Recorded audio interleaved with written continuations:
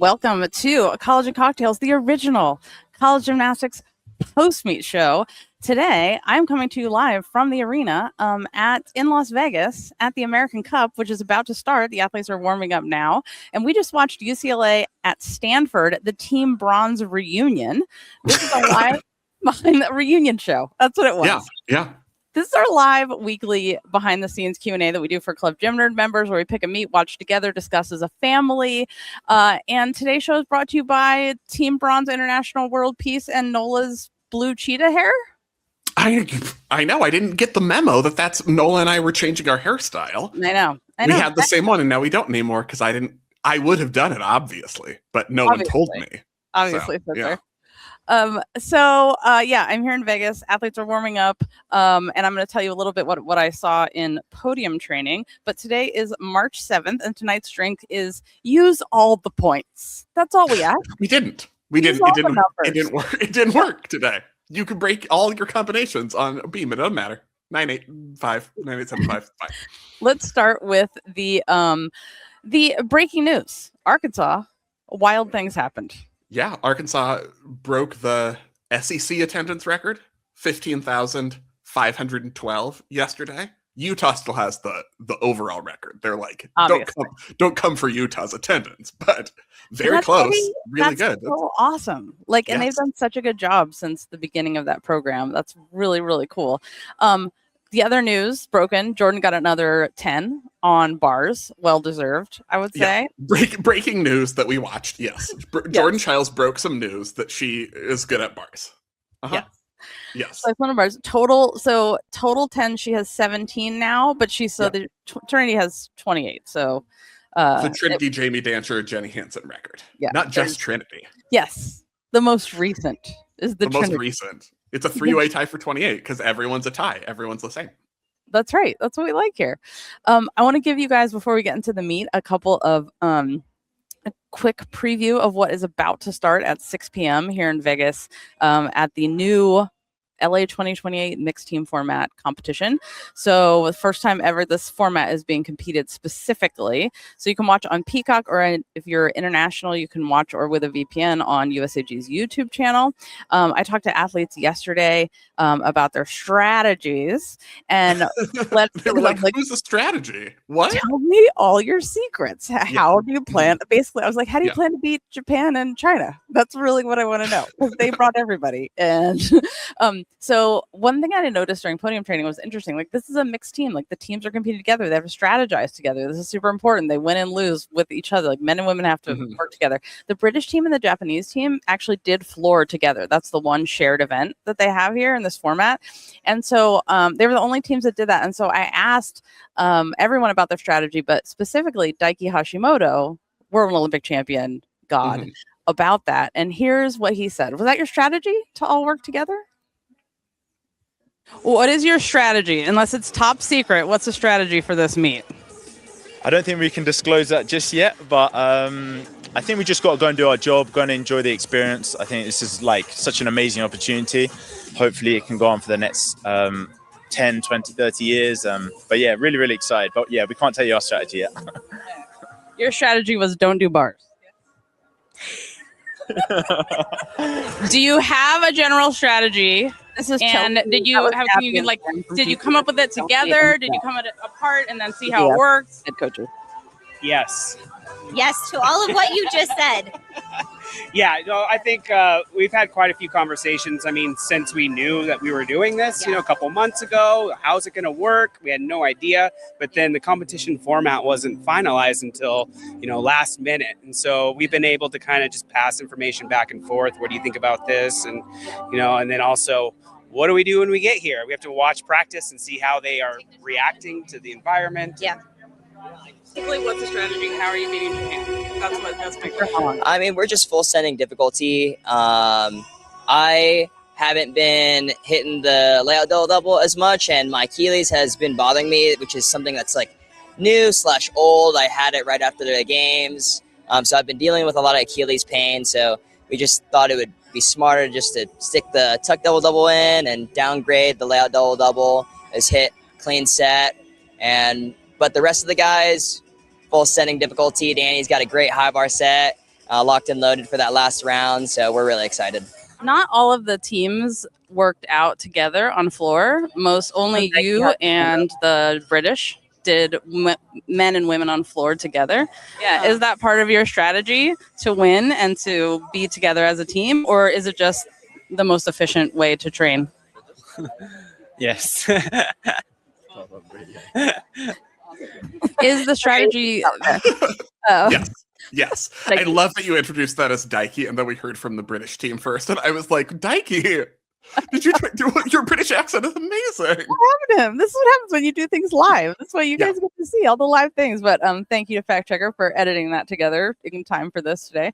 So what we know from the strategy, because we got the first round of the start list. Yeah. And I feel like it should be called something different now. But so we got the first round of the start list, and we know that everyone's doing floor, basically, is what's happening first. Women and men doing floor. That's kind of their strategy. Okay. And there's almost no one doing beam. There's like 4 people doing beam. So, and actually Charlie has elected to do beam, or it was elected for her to do beam. So Charlie from the US. So that's interesting that she's one of the ones that like, yes, do you need a high enough score to get to the second round? I will volunteer that for you. You're welcome. I will do beam. So it'll be interesting to see if people are not doing an event they're afraid of missing because they don't want to be eliminated right away, or is it more like we're saving our best score? Yeah, I think mostly like a lot of people are saving high bar for the end, and yeah, which makes sense. So, question: I saw on this round 1 start list, the U.S. has Charlie Bullock doing beam and Claire Pease doing floor, and Hesley not going. I would have thought you'd have Hesley going in all 3 rounds. So, did you see anything in podium training? Was she not doing all the events, or?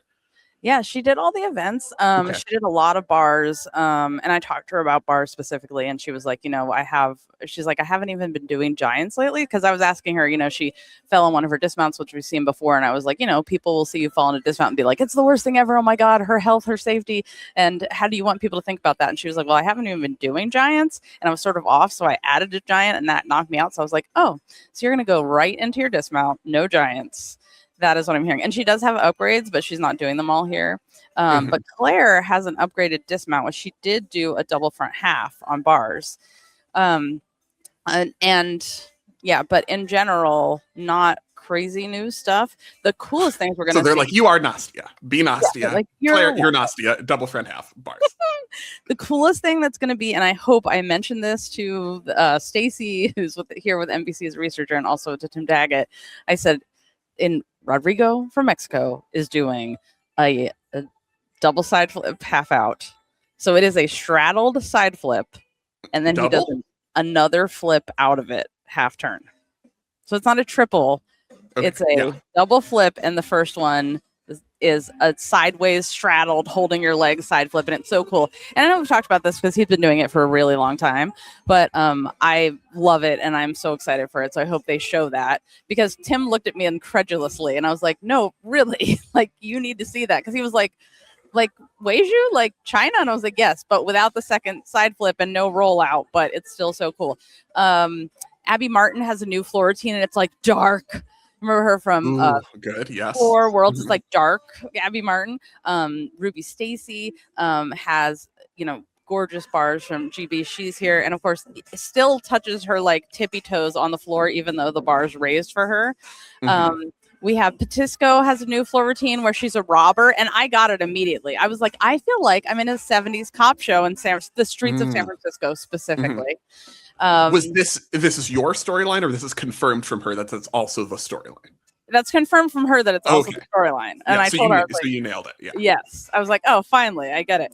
Anna Luisa solved the mystery. Yes. Award. Like, you're supposed to be a character, and I understood it. Oh, that's the assignment. Not like this meet. I was like, what? The coaches better not have said at this meet, like showing your personality. Did you hear the commentators say both coaches emphasize showing your personality is important? And I was like, they better not have said that.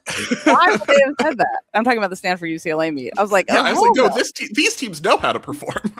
Right. I was like, no. To show your personality. You're supposed to show someone else's personality. Yes. It's hopefully maybe like a murderer or something. Someone you're not. All Spencer wants is murders. This is what we know. Ana Luisa from Brazil is back. Remember, she's really great as a junior. Took some time off. She had injuries, and now she's back. She tore like all her Achilles 100 times. Her new floor routine, I almost cried. It's so incredible. And then Japan and China, just shut up. Just shut up. Everything is perfect. That's all you need to know. It's going to be so good. Who's going to win? Who's going to win? You watched everyone train. Japan or China are going to win. Okay, well, that's not an answer. That's two answers. I'm not sure about the Chinese men because, you can't tell with the Chinese men because they don't do anything. Because they might just be like, they might be amazing, and they probably are. The Chinese women did everything and hit everything and were like exquisite and perfect every single time. So the Chinese men, they just sort of like, pulled up their shorts and stood on the P-bars. Yeah. But they're probably perfect. They're keeping their secrets. Yeah. Yeah. Okay, so Stanford. Let's talk about Stanford and UCLA. Yes, watched it. Very fun meet. It was a very fun meet. Oh, and we have some pictures to share with you from Linzer's, our wonderful bartender who made our drink of what happened after the meet. And this is Jordan and Anna chatting together on the floor and like giggling together. And it's so nice to see. I love that. So International World Peace, you guys. And there was a bronze shirt there on the floor, which the Team Bronze shirt, which we have in our store, which there's a 25% discount this happening this weekend if you want to get one for yourself and show your International World Peace spirit. Okay, what happened at the beginning of the meet? I did not understand what was. Do you mean? Like they switched the lineup and something happened at the beginning of the meet? With the warm-up, I think so. Maybe the bars warm-up started late or UCLA didn't have everyone to go, but vault started. Levi competed vault, but Maddie Aniemi was still who was the exhibition on UCLA's bars, was still doing her own touch. So maybe there was a miscommunication on warm-up timing. Maybe UCLA was just like, we're going over and we don't care because we're going to have everyone warm up. Y'all stop. Could have been that. So, but yeah, so there was a trouble with the timing, logistics, warm-up. Okay, back to the matchup of the bronze reunion. Yeah. Did they tie on floor? They both got 9-9. Yeah, they both got 9-9 on floor. See, that's if the IOC had let the FIG do what they wanted to and give them all the bronze, then this wouldn't be a problem because it wasn't their fault. And see, they're exactly as good at each other in totally different ways. I love this outcome so much. And I think it's actually correct because like both of their routines, they had one little mistake each. Other than that, I think they're great. Yeah. Are you not happy with that? Do you feel like one was spectacularly better than the other? I mean, my initial reaction was that all of the scores were very high, but like Jordan Chiles, that should have been more of a deduction, that first pass. The step forward. Chest down and step forward. For me, that's like low landing. I feel like her chest was high when she landed. Then why did she step forward? Well, you can land erect, but still leaning forward. Erect, Spencer. That's what we call it. That's a short landing. That's not short. If you're leaning forward, that's a short landing. I mean, if you didn't land short, you wouldn't be leaning forward. I feel like 10 degrees is not landing short, but we can, But there's a reason you had to step forward, so there's a deduction for it. Yeah, but anyway. But yes, okay. Yes. I felt like, all the scores were loose. I was having a slight nervous breakdown, but very enjoyable to watch. And I felt like the end of Stanford's beam lineup really encapsulated, like, this is why we can't have nice things. Because these are the best executed routines, but everyone keeps having mistakes and breaking combinations. And you're like, okay, this is why it's scoring the same or worse as dumpy routines. And dumpy routines always win because they're hitting. And then you're like, I'm Jennifer Williams, but I'm breaking all my connections, even though all my execution is perfect. That's why this meet should have been called that's why this drink this week is called Use All the Numbers, because we wish more numbers were used to differentiate people. Also, how cool is it that Stanford sold out and there was a big line? There used to be a line just because the place was so small that there was always a line to get in when it was like in the barn. But I love that they sold this out. I also loved Ashley Sullivan's vault with her open hips. I was like, see, those are open hips. That's what you want them to look like. that's beautiful. Sophie Tucker says, has Ashley come down from that uneven bars handstand yet? Nope, she's still there. She's absolutely still there. She's Did you like the way they framed this meet as like Casey coming out being like, yeah, this isn't about them. They were the victims of the situation. Casey went full United Nations, international world peace. He was like, this is what it is. It was nice to have someone who like actually understands it explain what was going on. Because I'm like, I trust that like Casey knows what a Gojian is. Like, he knows all the details and the depth, but like, okay, here's what's going on. It's all dumb. It's all stupid. Right. It has nothing to do with them, and they're competing as team, and it's all fine. Like, yeah, it made me really happy the way they started that. And also, I loved okay, I just want to talk about Ashley Sullivan's open hips and Jordan Lopez and her open hips, because it was an open hips Olympics, and both of them did that, and I was like, this is how, if it doesn't look like this, even if they stick it, it can't be a 10. That has to be a deduction. Like, they were giving a class, and that made me so happy. Yeah, I felt like both teams, vault was the weak link for both teams in this meet. Stanford starting there, coming after their meet where they got a 198, and vault was perfect, and they had a bunch of sticks and perfect scores. And I felt like this time it was like they knew, they were like, oh, we have to be that good every time if we want to win. Because that's the issue for Stanford, is that they really have to land that well. They have no margin, especially on vault. They have to be perfect, like we talked about on the big show this week. And I felt like they were like, oh god, no, it's too scary. It's too much pressure. We all have to land short and get like a 9-7.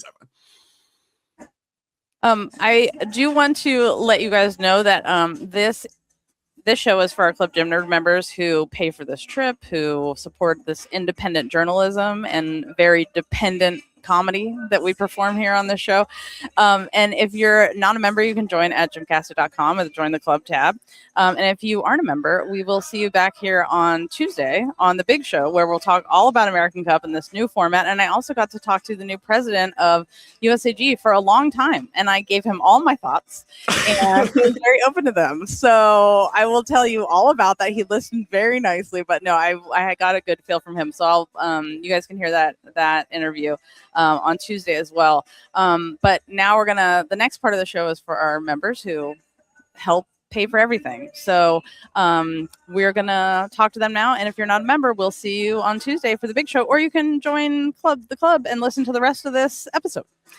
Okay, so here's what happened. I want to tell you something that happened in the mix zone with Daiki. Okay, and it wasn't me this time, finally. Ooh, wow, that's the most exciting part. I know. Like, literally, while this was going on, someone said, that's the most culturally inappropriate thing you could possibly ask him. He can't answer. And it was hilarious. So here's what happened. So Daiki, this is what was great. Daiki took it all in stride, and he had a great translator. If you liked what you heard, get more by joining Club Gym Nerd.